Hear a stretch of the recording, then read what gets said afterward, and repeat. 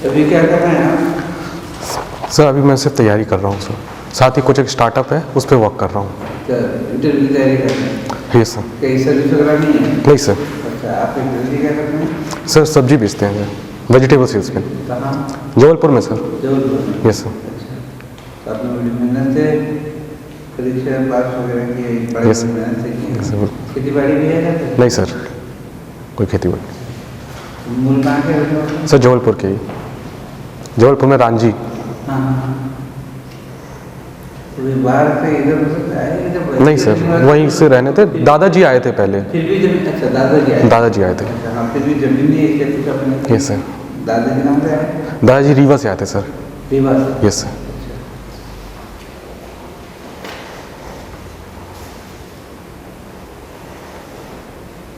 अभी भी आपने भी की है? Yes sir. फिर हमें शेयर करना लगेगा।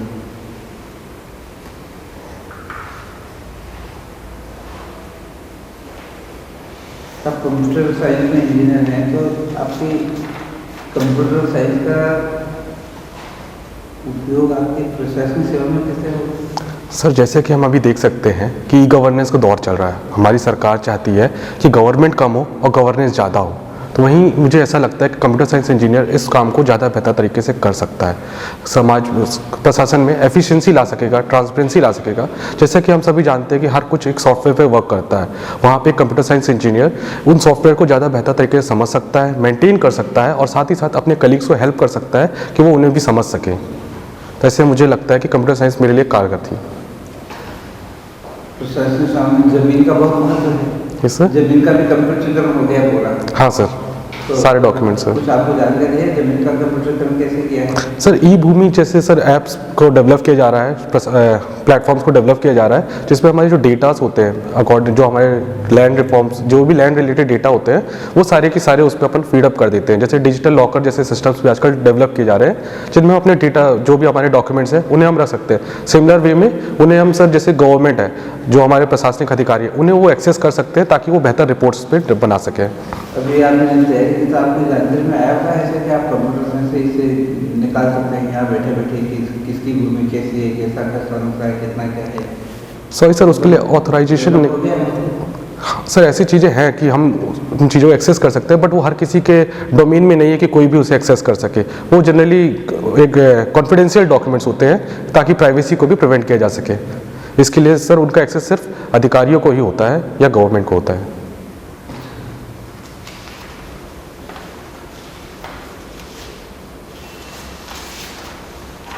साधारण बातें बताइए, आप कहाँ के रहने वाले हैं? जबलपुर? Yes sir.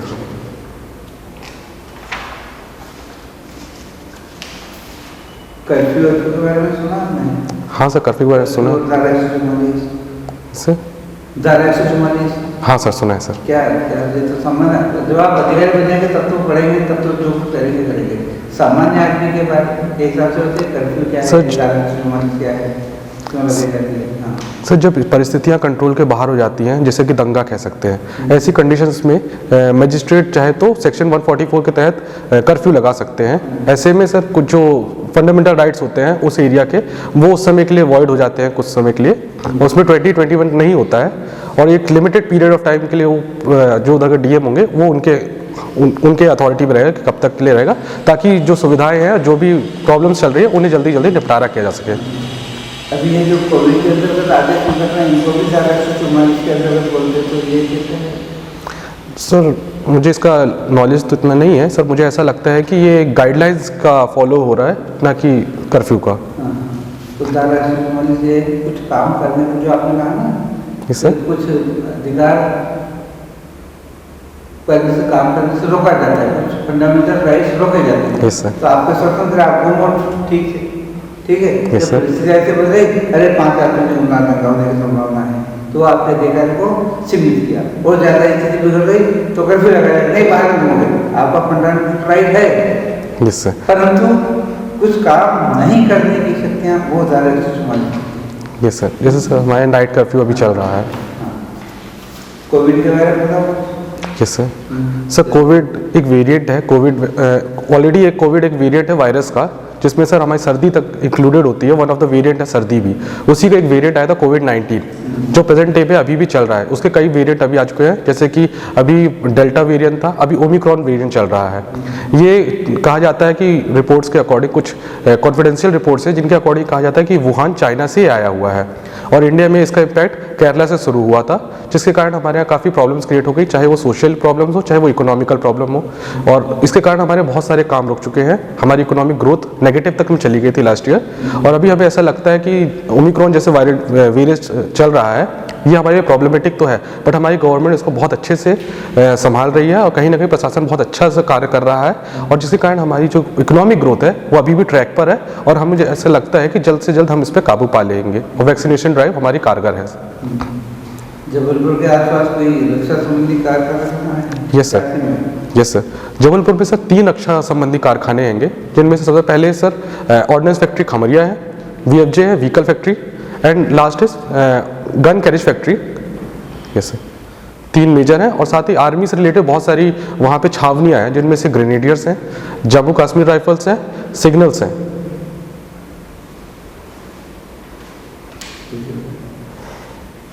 पीसनहारी की मढ़िया क्या है? सर पीसनहारी की मढ़िया वहाँ पे एक जैन तीर्थ स्थल है जो कि मेडिकल कॉलेज के काफ़ी करीब है। और क्या क्या केवल तीर्थ स्थान दर्शन करके आ जाते हैं लोग, कि और भी कुछ एक्टिविटीज करके लिस्ट होती है?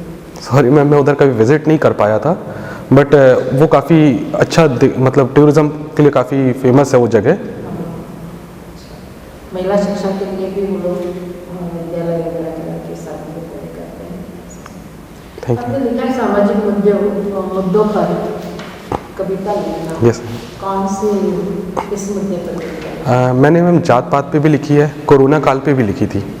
जात पात के बारे में जो लिखी है उसका एक मैं कविता सुना सकता हूँ? हाँ, क्यों बनाया जात पात, इसमें कोई इंसाफ नहीं, किसी को ऊंचा किसी को नीचा, क्यों हर इंसान एक साथ नहीं। जो कर्म से बना था वो क्यों जन्म हुआ, जो कर्म से बना था वो क्यों जन्म हुआ, क्यों सूत पुत्र होना करने का अभिमान नहीं। सदियां बीत गई पैर धोते धोते, सदियां बीत गई पैर धोते धोते, क्यों यह मैल आज भी साफ नहीं। थैंक अच्छा लिखा है, आप उसके प्रति इतने संवेदनशील है, ये अच्छी बात है। ये cloud kitchen startup, cloud kitchen में मैंने एक स्टार्टअप किया है, ये अभी प्रेजेंट एक कंसेप्ट चल रहा है कि जैसे जो रेस्टोरेंट्स होते हैं, तो अगर उनके पास किसी एरिया में, जैसे मैं रांची में रहता हूँ, तो अगर कोई रेस्टोरेंट दूर का है तो उनके साथ मैं टाई अप कर लेता हूँ। जैसे मेरा एक धोबे भोजनालय करके रांची में, उनसे मेरा टाई अप है, तो यदि उनके जो ऑर्डर्स होते हैं, जो अगर वो मेरे एरिया के करीब होते हैं, तो ऐसी कंडीशन में वो मुझे वो ऑर्डर दे देते हैं और मैं उनका वो खाना बना करके मैं डिलीवर कर देता हूँ। तो अभी ये काम कर रहे हैं आप? हाँ सर, हाँ सर, बिल्कुल। अच्छा, ये जो आत्मनिर्भर भारत, ये Yes. आत्मनिर्भर मध्य प्रदेश, उसमें आपने यस मैं योगदान है। Thank you. ठीक है, संविधान के बारे में सबसे सर्वोच्च जो कानून या वो किसका माना जाता है? जुडिशियल प्रेसिडेंस क्या बोलते हैं उसको, क्या होता है? मैं जुडिशियल सुप्रीमेसी। देखिए अपने इसमें कार्यपालिका, लेजिस्लेशन, जुडिशियल। ये जुडिशियल ये कहा है, तो जुडिशियल के बारे में क्या लिखा है और वो किस प्रकार से सर्वोच्च है? यस मैम, मैं हमारे जुडिशरी का मेंशन पार्ट 5 में आर्टिकल 124 से लेकर 149 तक मेंशन, 148 तक मेंशन है। उसमें मैम जो हमारे सुप्रीम कोर्ट है, हाई कोर्ट है और लोकल कोर्ट्स होते हैं, उनकी एक हायरार्की। इसमें लोकल कोर्ट तो बहुत सारे, क्या बोलते हैं लोकल कोर्ट मतलब? सुप्रीम कोर्ट, हाई कोर्ट और उसके बाद क्या? Lower courts, district. District courts, उनकी एक हायरार्की बनाई गई है जो एक इंटीग्रेटेड सिस्टम पे वर्क करता है। हमारा जो जुडिशरी सिस्टम है वो सुप्रीम इंडिपेंडेंट बॉडी हैगी, और वही हमारे यहाँ जो भी जजेस का रिक्रूटमेंट होता है, अपॉइंटमेंट होता है, वही करती हैंगी। इस सब का मेंशन है, और किस तरीके से हमारे जजेस को अपॉइंट किया जाता है, किस तरीके से उनका अलग किया जाता है, उसका मेंशन हैगा, और क्या क्या पावर्स हैं वो मेंशन है। पब्लिक लिटिगेशन क्या होता है? Ma'am PIL public interest litigation एक मेथड है जिसके थ्रू अगर कोई व्यक्ति है, यदि कोई या कोई ग्रुप है, वो अपनी खुद जा करके अपनी रिट नहीं फाइल कर पाता, तो ऐसे में कोई भी एक जागरूक व्यक्ति उनके पक्ष से रिट जारी जा करके अपील कर सकता है कोर्ट में जाकर। ये विसल ब्लोअर भी आजकल बड़ा शब्द सुनाई दे रहा है। Yes ma'am. क्या होता है इसका मतलब क्या है? मैम विसल ब्लोअर एक कोई भी जैसे ऑर्गेनाइजेशन है वो उसका ही मेंबर होता है, जिसके अगर उसे ऐसा लगता है कि ऑर्गेनाइजेशन में कुछ भी गलत हो रहा है तो वो उसकी इंफॉर्मेशन पब्लिक डोमेन में ला सकता है या अधिकारियों तक उसकी पहुंचा सकता है कि कोई करप्शन का कार्य हो रहा है या कुछ गलत हो रहा है, तो उस व्यक्ति को विसल ब्लोअर कहा जाता है। मुख्यमंत्री के पॉपुलैरिटी के बारे में 4-5 वाक्य बोलिए। हमारे मुख्यमंत्री श्री शिवराज सिंह चौहान जी हैं, वो काफ़ी ही फेमस व्यक्ति हैं जो कि सीहोर जिले से संबंध रखते हैं। उनके बारे में कहा जाता है कि वो काफ़ी ज़मीन से जुड़े हुए व्यक्ति हैं जो कि किसानों का बहुत ध्यान रखते हैं। साथ ही साथ वो महिलाओं और लड़कियों के बीच काफ़ी फेमस है, उन्हें मामा नाम से भी जाना जाता है। और साथ ही साथ वो ऐसा माना जाता है कि वो लोगों के काफ़ी करीब हैं क्योंकि वो काफ़ी घुलनशील और फ्रेंडली नेचर के हैंगे और वो काफ़ी कई टर्म्स को कंप्लीट कर चुके हैं। ऐसे में ये साबित होता है कि वो लोगों में काफ़ी प्रसिद्ध हैंगे और मैं उम्मीद करता हूँ कि वो ऐसे ही प्रसिद्ध बने रहेंगे। ऐसे ही माननीय प्रधानमंत्री जी के बारे में। हमारे प्रधानमंत्री श्री नरेंद्र मोदी जी हैं, जिन्होंने पहले अपना कार्यकाल गुजरात से शुरू किया था, उसके बाद उन्होंने प्रधानमंत्री का पद अपनाया। उनके बारे में सबसे प्रसिद्ध बातें ये हैं कि वो अपने जो वाक्य बोलते हैं वो काफ़ी अच्छे तरीके से लोगों तक पहुंचा पाते हैं। उनके बोलने का तरीका काफ़ी अच्छा है और लोगों में उनकी प्रसिद्धि इस कारण से भी है क्योंकि वो काफ़ी मॉडर्न है। उन्होंने अभी बियर्ड रखा था जो काफ़ी फेमस हुई, उन्होंने काफ़ी उसे सराहा क्योंकि आज का यूथ जो है वो बियर्ड को काफ़ी पसंद करता है। और साथ ही साथ उनकी जो वर्ल्ड लेवल पे पहचान है वो भी काफ़ी फेमस हो चुकी है। वो वर्ल्ड में भी जो हमारे NRIs लोग हैं उनके बीच भी काफ़ी फेमस हैं। उनका मानना है क्योंकि वो NRIs जो है वो भारत को, जैसे उनको लगता है कि अभी नरेंद्र मोदी जी के कारण हमें काफ़ी प्रसिद्धि मिल रही है, हमारे नाम काफ़ी ऊंचा हो रहा है, साथ ही हमारे जो स्टार्टअप्स हैं वो काफ़ी रन कर रहे हैं। उपलब्धियां 4-5 बताइए। आपने बताया वर्ल्ड में भी फेमस है, वैसे सब पता है, तो उपलब्धियां बताइए जो ऐतिहासिक है। मैम मेरे नज़रों में जैसे make in India, startup India, made in India जैसे जो स्टार्टअप जो प्रोग्राम्स लाए गए ये काफ़ी मुझे आर्थिक क्षेत्र में ये लाए गए। तो और साथ ही साथ मैम जैसे कि हमारे यहाँ 3 तलाक का जो कानून था उसमें बिल लाया गया, वो मेरे नज़रों में सोशल पॉइंट ऑफ व्यू से काफ़ी इंपॉर्टेंट लगता है। साथ ही साथ मुझे ऐसा लगता है कि जैसे अभी 18 वर्ष से 21 वर्ष की जो उम्र करने की बात कही जा रही है लड़कियों की शादी का, ये भी मुझे कहीं ना कहीं मैम मुझे ऐसा लगता है कि हमारे संविधान ने ऐसा कहा है कि हर किसी को एक अधिकार, हम सभी एक बराबर हैं, इक्वालिटी के राइट्स दिया गया है। ऐसे में यदि लड़कों की मैरिज एज 21 साल है और लड़कियों की 18 साल है तो ये कहीं ना कहीं इस चीज़ को वॉयलेट करता है। साथ ही साथ हम देख सकते हैं कि लड़कियों को पढ़ाई लिखाई के ज़्यादा चांसेस नहीं मिल पाते हैं और कहीं ना कहीं हमारा समाज अभी भी इस नज़रिए से लड़कियों को देखता है कि उनकी शादी जल्दी कर दी जाती है।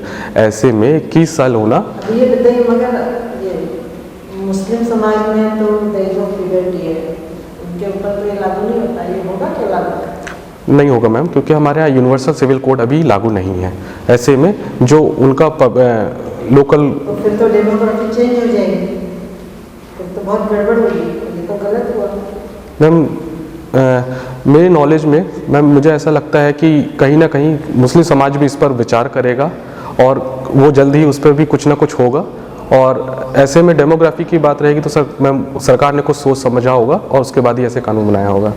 सही आपने कहा, वो समाज तो नहीं सोचेगा पर सरकार ही सोचेगी। ये कॉमन सिविल कोड के बाद कहाँ पे उल्लेखित है?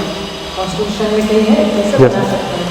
मैम हमारे directive principle of state policies में आर्टिकल 144 में इस बात का मेंशन है यूनिवर्सल सिविल कोड का।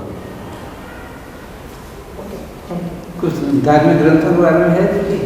कौन से धार्मिक ग्रंथ? सॉरी सर, धार्मिक ग्रंथों से नहीं पूछी। तो नाम भी सुने हैं सर? नाम सुने हैं बट सर मैंने पढ़ी नहीं है। आप इसमें यह है 4th पेपर फिलॉसफी और इसका, यस मैम, एथिक्स, इसमें आपने कोई धार्मिक ग्रंथ का पढ़ा नहीं? मैम ऐसे मैंने प्रत्यक्ष रूप से नहीं पढ़ा है। मैंने रामायण मूवी देखी है या उसे डॉक्यूमेंट्रीज देखी है, महाभारत मैंने देखी है, बट मैंने खुद ऐसे पढ़ा नहीं है। यस।